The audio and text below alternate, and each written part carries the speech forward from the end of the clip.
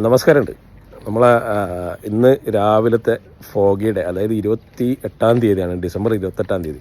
നല്ല മൂടൽ മഞ്ഞാണേ. നോക്കിക്കോളെ, വെസ്റ്റേൺ റീജിയനിലെ ലിവ മൊസേറ, ഇതിൻ്റെ അപ്പുറത്തെ ഭാഗത്ത് ഉണ്ടോയെന്നറിയില്ല. ഞാൻ എന്തായാലും ഇപ്പോൾ അബുദാബിയിലേക്ക് പോകാൻ നിൽക്കുകയാണ്. അപ്പോൾ അപ്പുറത്തെ ഭാഗത്തേക്ക് കുറച്ച് അങ്ങോട്ട് പോയി കഴിഞ്ഞാൽ കുറേ ആയിരിക്കും തോന്നുന്നു. നോക്കട്ടെ.